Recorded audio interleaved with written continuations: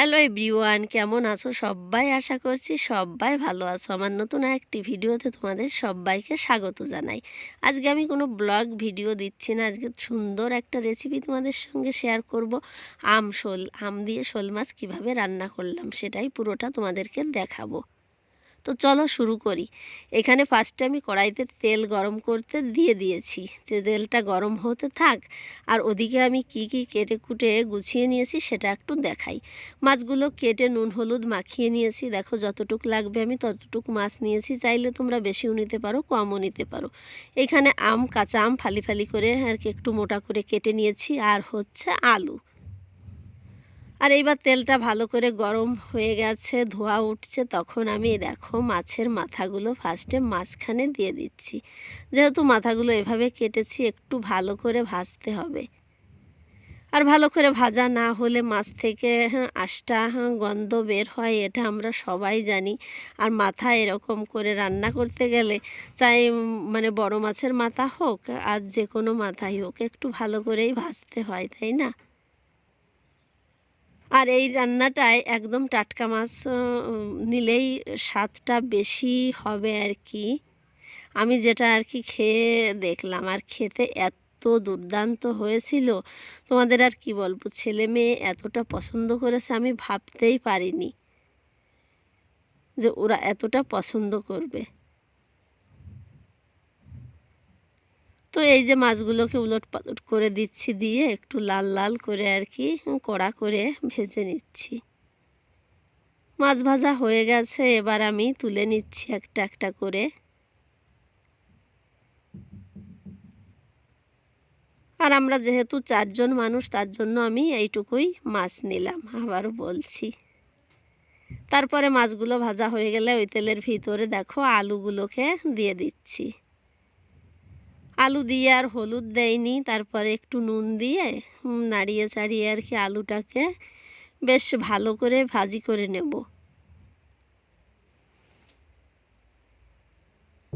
আলুটা ভাজা হয়ে গেছে, এখন আমি তুলে নিচ্ছি দেখো। আর আলুটা বেশ কিন্তু কতটুকু বুঝতে পারছো, বেশ ভালো করে ভাজি করেছি।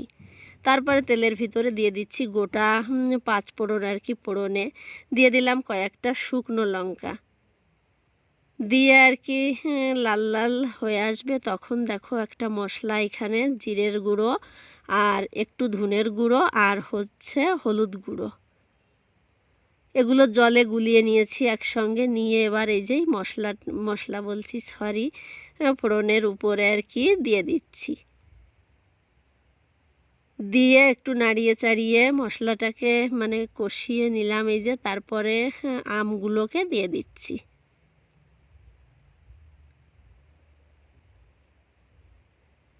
আমগুলো দিয়ে আবার নাড়াচ্ছি, একটু মানে ভাজা ভাজা করব মনে হচ্ছিল, তেলটা একটু কম হয়ে গেছে।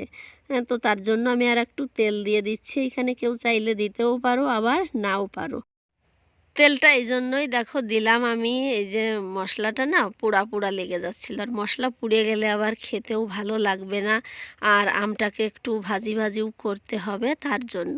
তারপরে আমটা একটু ভাজা হয়ে গেলে এই যে ভেজে রাখা আলু, এগুলোকে এবার দিয়ে দিচ্ছি। দিয়ে একসঙ্গে একটু নাড়িয়ে চাড়িয়ে তারপরে আমি ঝোল দিয়ে দেবো।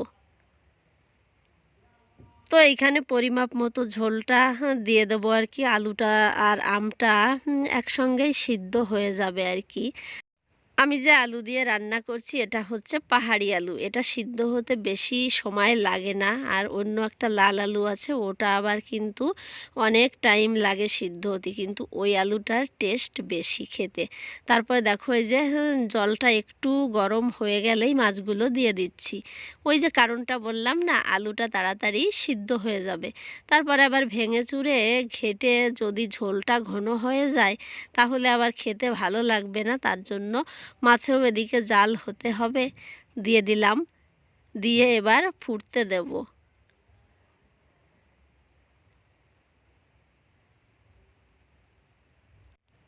এবার আমি দেখো কয়েকটা কাঁচা চিরা লঙ্কা দিয়ে দিচ্ছি, মানে ঝালটা একদম কমও হবে না, আবার কিন্তু বেশিও হবে না, মিডিয়াম ঝাল হলেই ভালো লাগবে খেতে। আবার এদিকে আমার ছেলে মেয়েও খাবে। আর তেলের উপরে তো আমি শুকনো লঙ্কা ওই যে পোড়নে দিয়েছি, তার জন্য এই কয়টা কাঁচা লঙ্কা এভাবে চিরা আর কি দিয়ে দিলাম।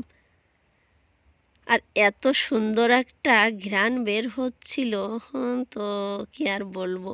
যারা এখনও রান্না করে খাওনি অবশ্যই একবার ট্রাই করো, আশা করছি তোমাদের ভালো লাগবে। আর যারা খেয়েছে তো তারা তো জানেই কেমন লাগে খেতে আর কি।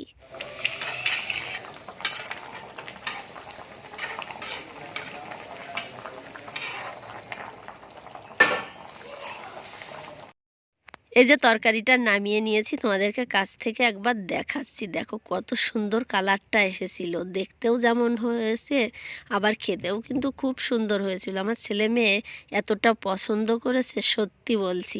তো যারা এখনও খাওনি আবারও বলছি একবার ট্রাই করো, ভালো লাগবে অবশ্যই। আর একবার খেলে বারবার মানে রান্না করতে মন চাইবে আর কি। আমি তো ভাবছি আবারও কবে করব। তো আজকের ভিডিওটা এতটুকুই। যদি ভিডিওটা ভালো লাগে অবশ্যই একটা লাইক দিও, কমেন্ট করো, চ্যানেলটিকে সাবস্ক্রাইব করে আমার পাশে থেকো। দেখা হবে নেক্সট ভিডিওতে। সবাই ভালো থেকো।